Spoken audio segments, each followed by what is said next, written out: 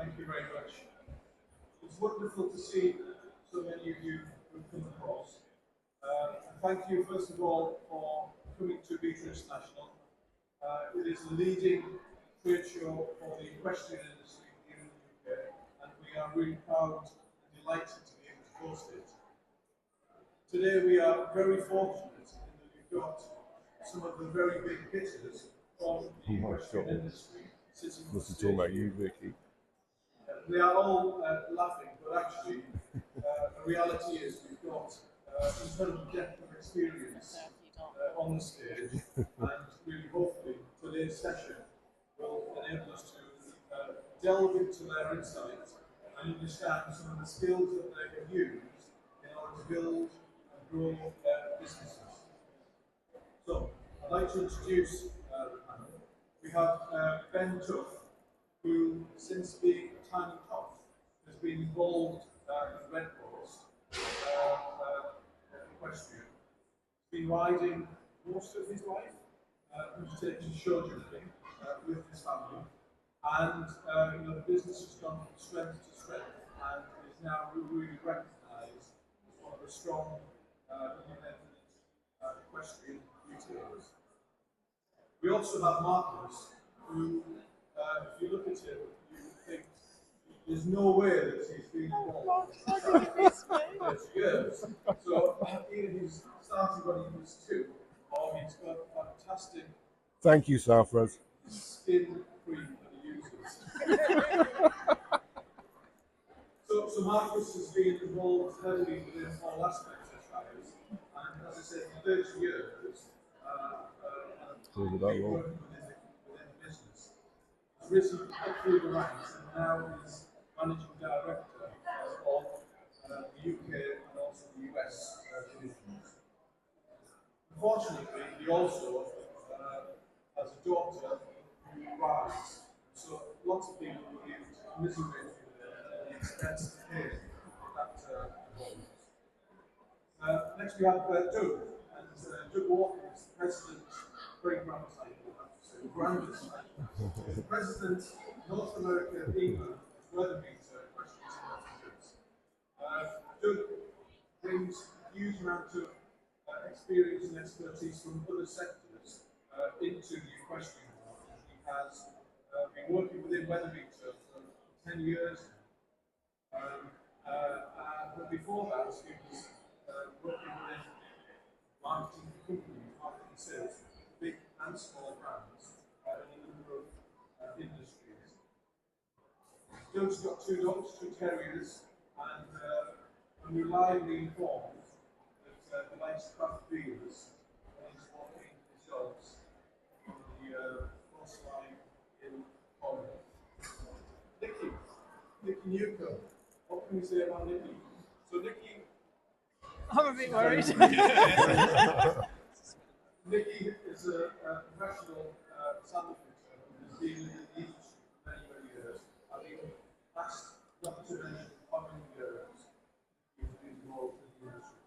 But she started out with a Walsall saddle and then set up Bliss on London, which has really gone from strength to strength. And she's now selling her products right across the UK, importantly, internationally, into many, many territories as well.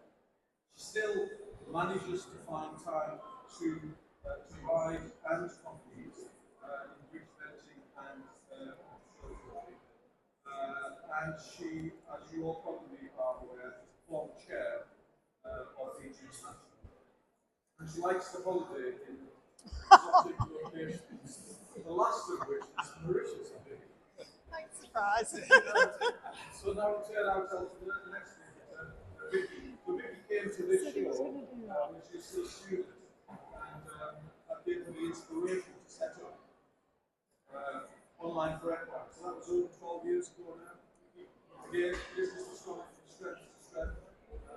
She's a strong professional within the arena, and recently has set up something called Safety Suite, which is an exclusive safety centre that offers fitting, support guidance, riding hats, and body protection.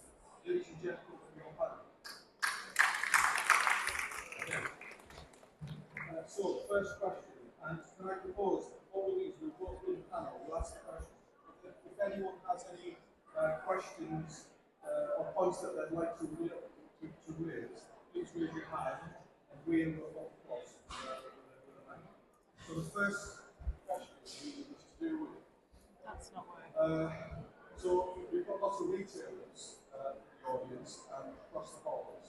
So as retailers, what are the things that you are looking for from your suppliers, and how can those relationships between retailers and suppliers be best improved?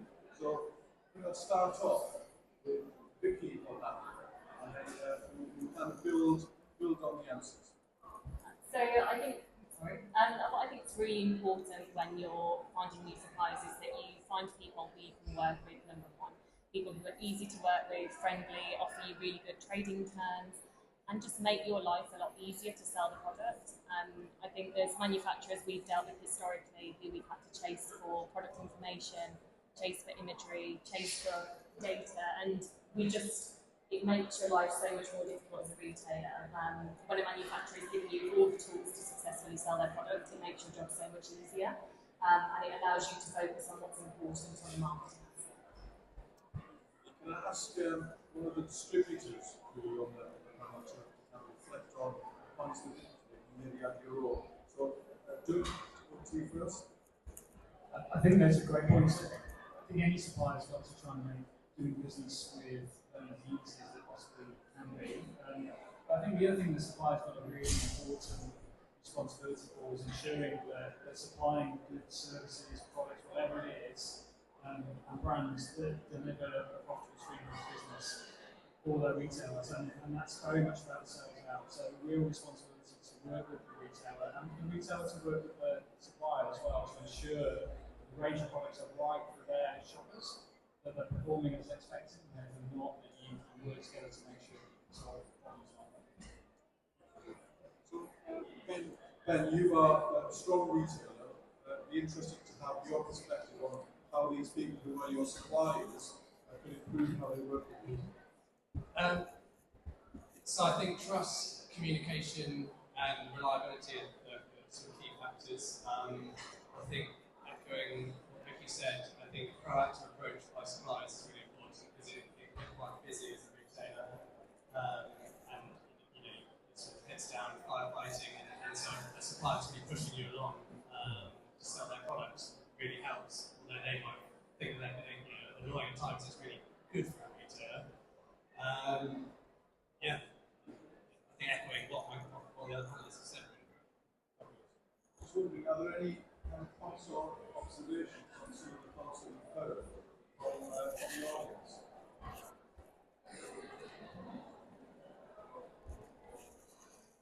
So we've all, as a nation, as a world, I guess, gone through quite challenging times, and we find ourselves in the middle of 2023. So I think it's useful for us to now take stock and reflect on the current market situation and how our businesses are operating as we have emerged from coronavirus and are managing the challenges associated with the ongoing conflict across in Ukraine. So I'll kind of start with you, Nikki, on that one. Just reflections on the current market situation. Yeah, I think we were all very fortunate, or most of us were very fortunate through COVID to actually have a little bit of a boom period, which got us all really excited. And then nobody likes to actually have a downturn in anything.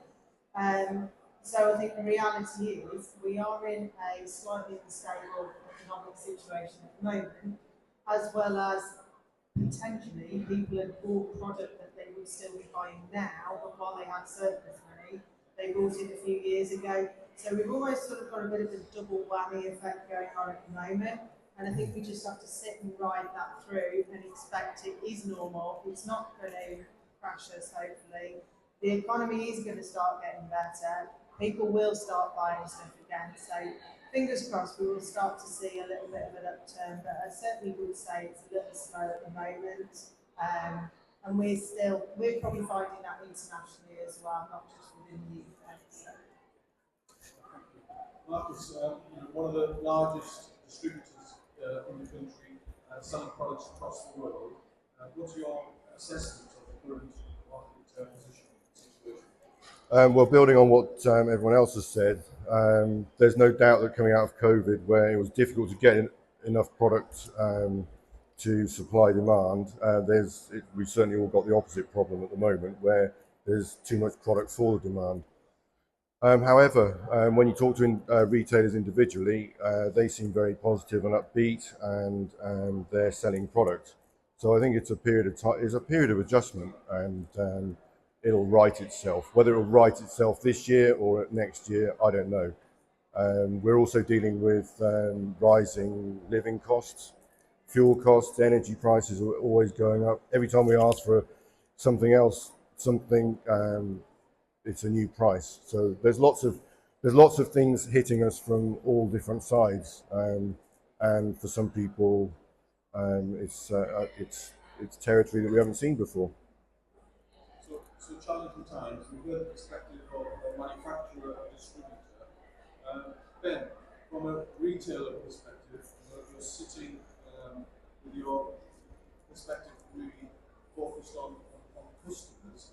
What is the situation that you're seeing in that perspective? So I think yes, it is tough out there. Prices have gone through the roof, and there's less disposable income for a lot of people. But I think there is also opportunities, particularly for retailers who are focused on B2C, to build sort of trust and relationships during this time. The customer knowing you're there for them, and you're going to help out with maybe an offer here and there, or support it in any way you can, and maybe highlighting some of the sort of value products on your site is also it's also helpful in that. I think also it's important not to get fixated on the fact that there might be some worrying signs in the market. I think if you keep your head down and do your thing and focus on your brand, you hopefully come out the other side stronger. So trust and relationships, from a manufacturer's, from a distributor's point of view, would you kind of reinforce what Doug's made, Ben's made? I think all the points in the panel actually are exceptionally important, and bringing it together, I think that theme is very, very important. I think the point that Ben made about focusing on your own business is certainly super important. But there is one element of our industry that we probably do need to think pretty carefully about, because these cost of living increases do seem kind of quite general, unavoidable, and quite abstract. And yet, when you look at the beta survey, for the beta surveys, there's a lot of fantastic information in there. One of the really frightening things in there is the amount of money that the average person for a horse now increased that they've had to wear with feed prices. And listening to retailers, I'm realising that what that's really doing is reducing the margin that they're able to make on each bag of feed, and not always passing those increases on. But there's still the person at the other end, is spending more than they used to, and that reduces the amount of money that they've got to spend on other much more profitable, higher margin products in the store, which of course I sell, Market sells. Most of us sell that kind of stuff, but it's higher margin, and margin is going to be the thing that when we come out of this short-term dip in sales, we need to pay a lot of attention to. Any thoughts or observations, perspectives?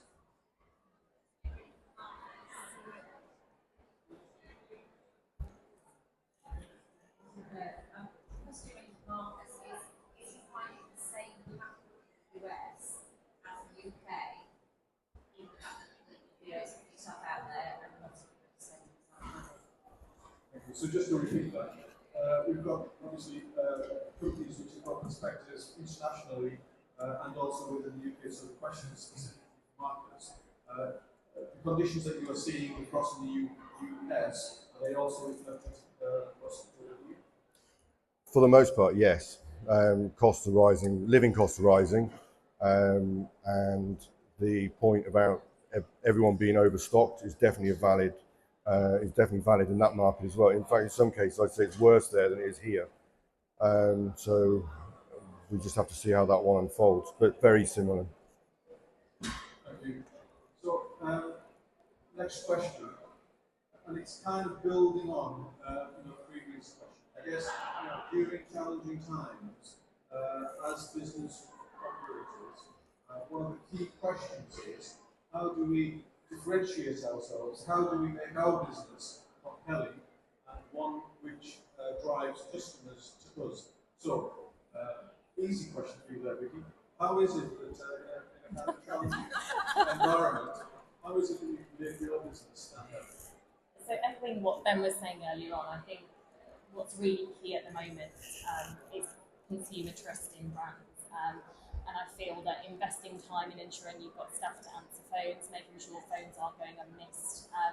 There's a lot of consumer confidence they need the reassurance out there at the moment that you are a genuine business, that you do have the stock, that you are going to deliver and fulfill within your timeframes as stated.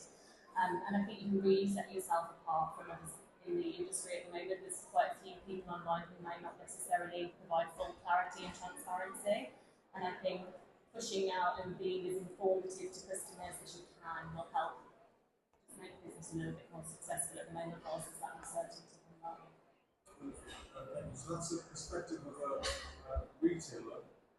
Marcus, can I take your perspective on how is it that I guess you support your customers and helping them understand that? In addition to what Vicky said, certainly from our side, we have to take the initiative to continue to invest in our business and invest in product development, make sure the product's on the shelf. We're a big believer in if we have it in stock, the shops can sell it, we can sell it, and so can retailers, whereas other companies take a slightly different approach and they will draw back from product investment and developing further in a difficult time. And it's a difficult, it's not an easy decision to make when things are difficult to invest a lot of money into product or developing products. So, what I'm taking is that regardless of where you position yourself, we need to be looking to the future and undertaking investment, tough going may well be, to ensure that we are well positioned for when market conditions change.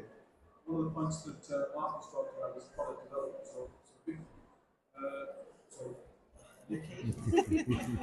Nikki, thinking about product development, is this an area that you are thinking of focusing on? Interestingly enough, I don't know if you knew that, Sarfraz, but yeah, we have got a couple of new product developments in work at the moment, which perhaps we haven't done anything quite to the extent that we've been doing, that we're currently doing for quite a while. So yeah, so we are actually developing quite a lot at the moment. So yeah, it's very poignant. And again, just touching on that, and that's a manufacturer's perspective. As a retailer, then is there anything as a retailer? So you're not kind of involved in product development, but in terms of making your business stand out, is there anything that you are trying to do at this point? So I think sort of going back to what I said earlier about focusing on your brand is important. Not shying away from, as a retailer, adding new products. As you mentioned, you're keeping yourself, you're keeping the stock coming in, not also just burying your head. Also, as a retailer, yeah, we think about ways in which we can stand out from the crowd and add new things to whether it's our website or our shop that keeps people coming back. So, yeah. Any questions on that? Please tell me you want anything in particular? No, good.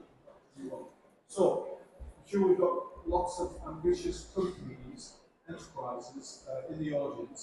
This is why you have come to Beat International. You are looking for new products and ideas.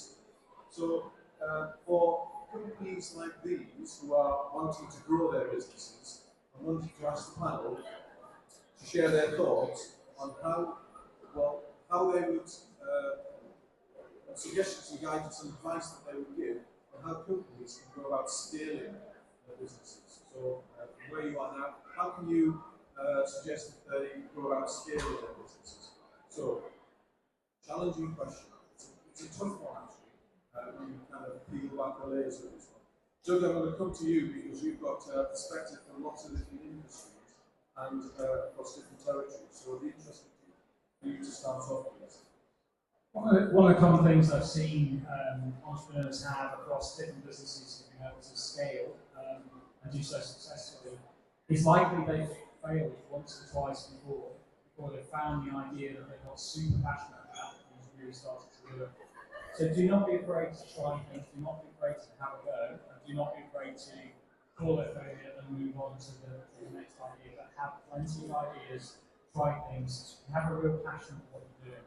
I don't think there will be many people who are able to scale the business who don't have tremendous passion for what they do, because my observation would be it's all consuming. It is all consuming, and you therefore got to love it. And if you don't, find something you can do.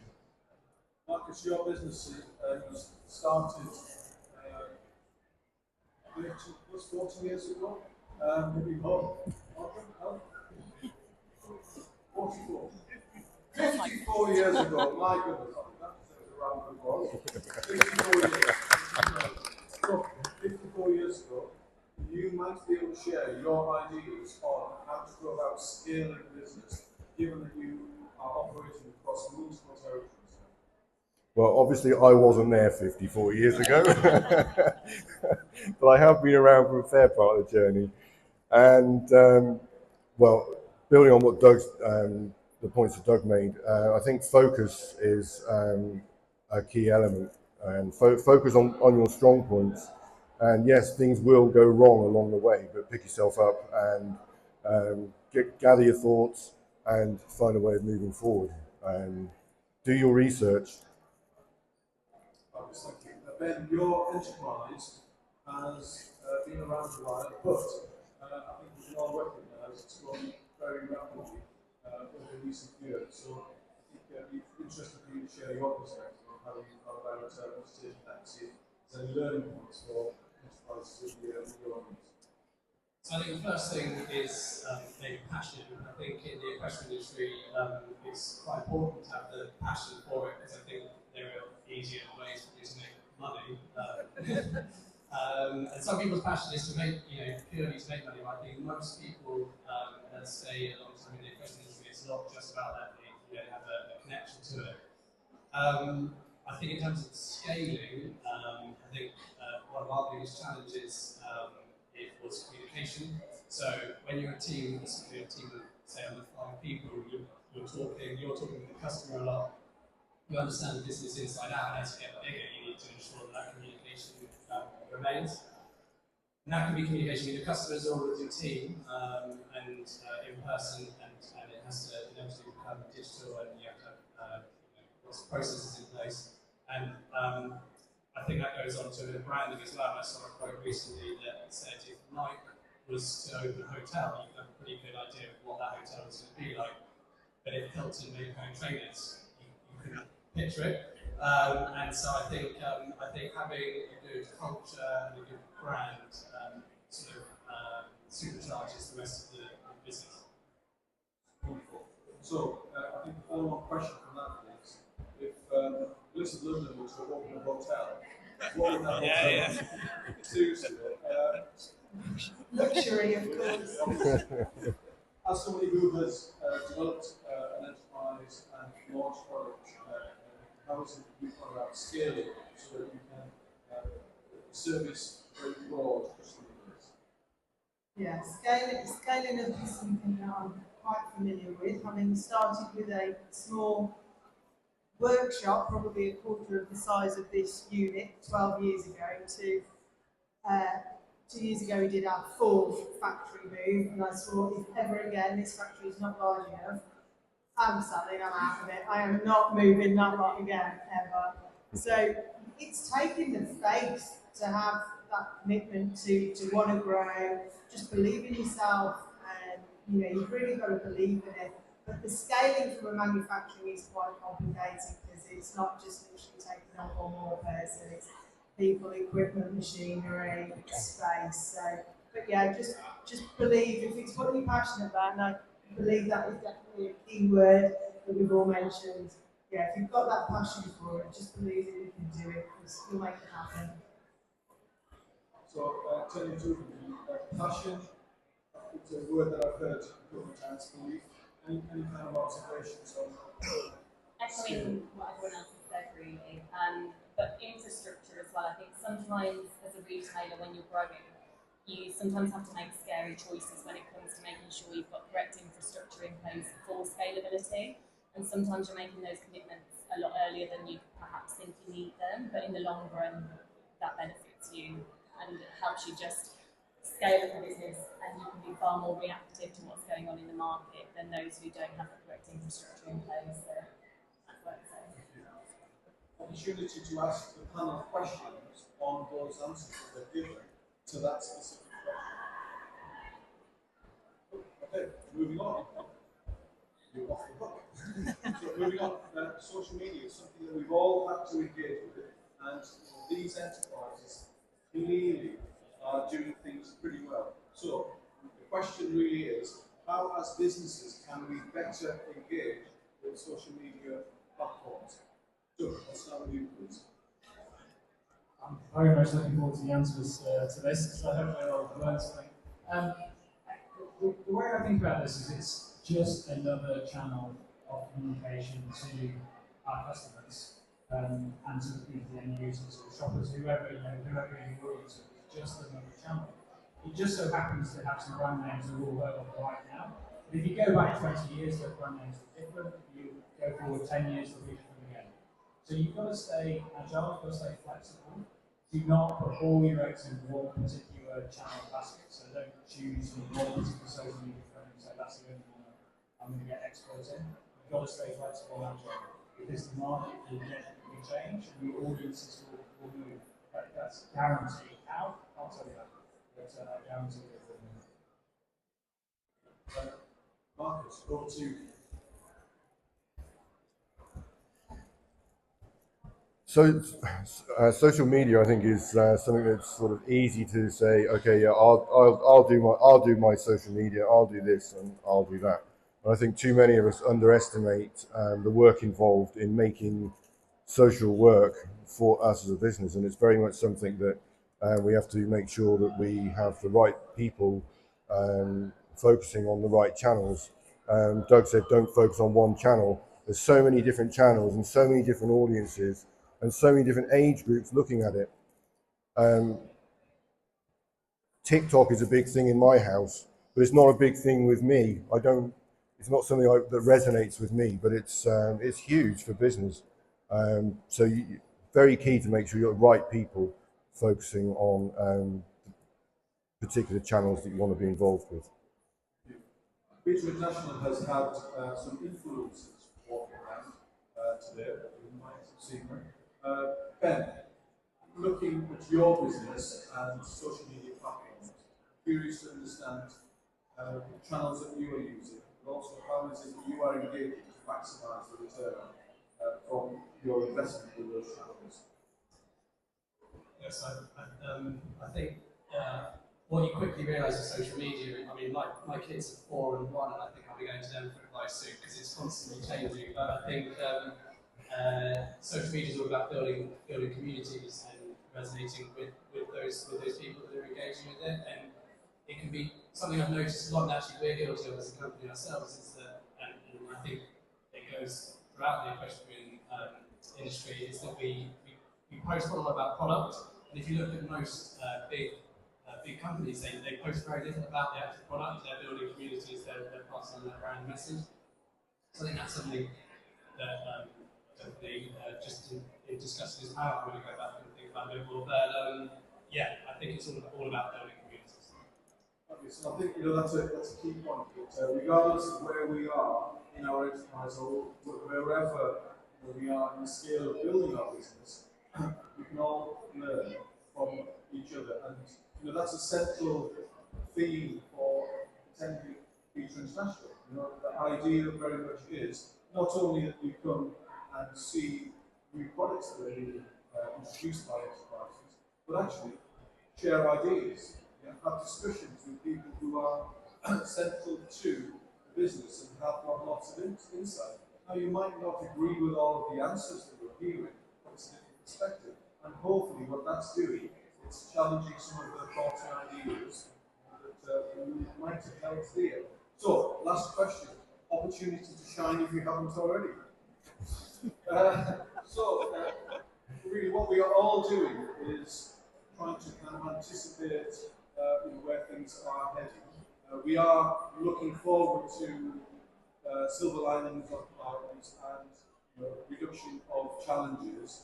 So, and we've kind of talked about the product development process that needs to keep on going to make sure that the pipeline of products for our businesses is kind of kept fed. So, thanks to the manufacturers for kind of keeping that going.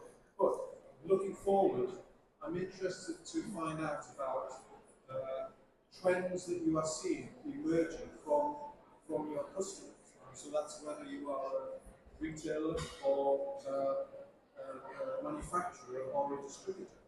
So what are the trends that you are seeing emerging which might shine interesting lights for people in the audience about where they should be looking into the future? So, starting with you, please.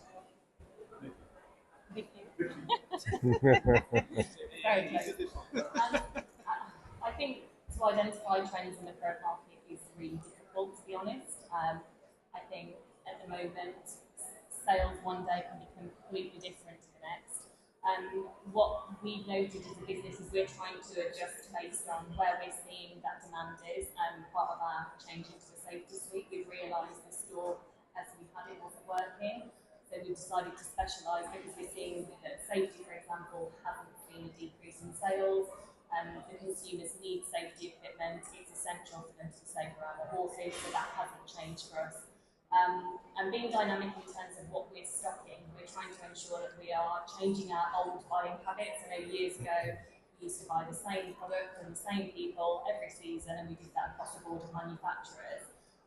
We've changed our buying habits completely to make sure we're putting in stock that turns around quicker, that we make good margin on, and those businesses that we have good relationships with. Thank you very much indeed. So, same question across to you, Vicky.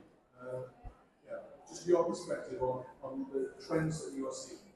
Okay, so in the saddle industry, I mean, we were probably more used to seeing a lot of custom orders coming in, very bespoke orders, people wanting to wait, happy to wait to have them made.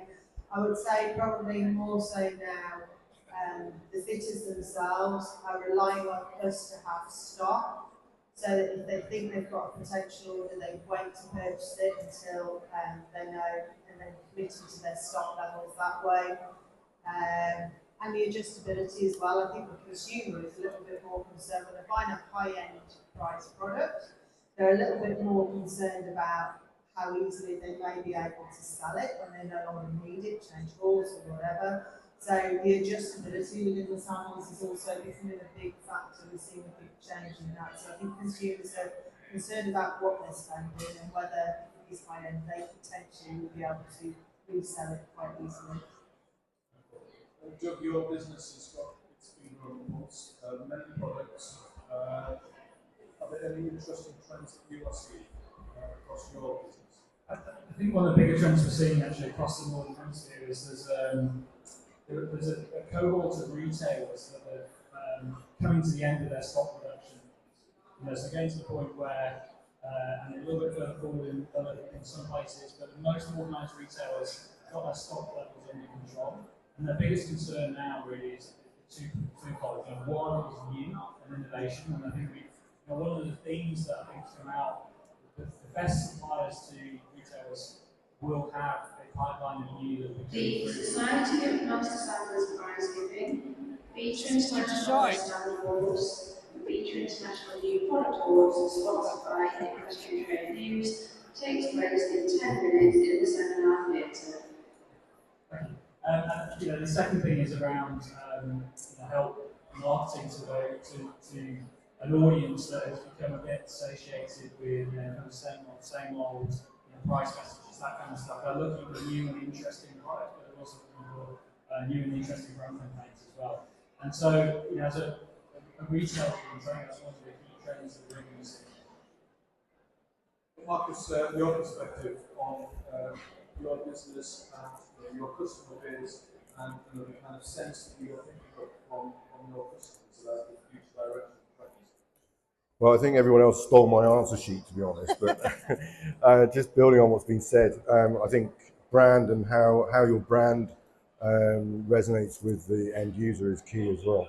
Um, I think people are looking not to attach themselves to brand, but they definitely brands give people a feeling, and buying products is it's certainly in our industry, quite often is an emotional purchase as well, and a considered purchase. Not everything is. Ben touched on value products earlier on the website. We all have them, we all need them, and they all sell every day. But along the way, we need to make sure that we've got lots of different options for different people, different budgets, and cater to as wider audience as we possibly can. Ben, so finally turn to you. Same question from your perspective. Any interesting trends that you're seeing from your customers' purchases?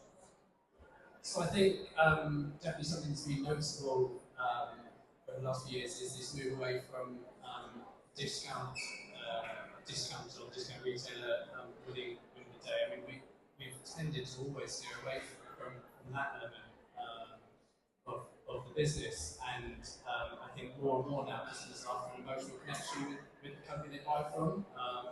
So I think yeah, I mean, obviously customers are savvy and they know how to shop online, check prices.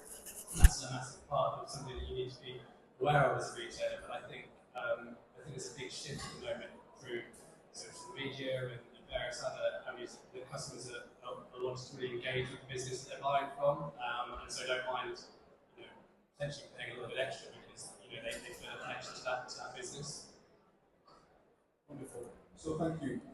We've had a really broad cross-section of questions there, and hopefully you within the audience managed to pick up some insight. And many huge thanks to the panel. Or first of all, sparing the time for their staffs to come across and share their ideas, but also this is the return of valuable experience. It's hard earned. There's some wrinkles in there that are kind of really sort of just a monster term, so to speak. Hard earned return of experience, I would say. I kind of include myself within that. So finally, I would like to thank you within the audience for taking the time to come to Beach International. And this is the place within the UK where we can showcase the technologies, the products, the innovations that we are creating. In many parts of the world, products that are emerging from this trade fair are seen as the future direction for the equestrian sector. So we are really privileged to have such a trade fair here, and well done to all of you for taking the time from your business and exploring some of the bright things that are going on. So thank you, and please do all show your appreciation to the panel.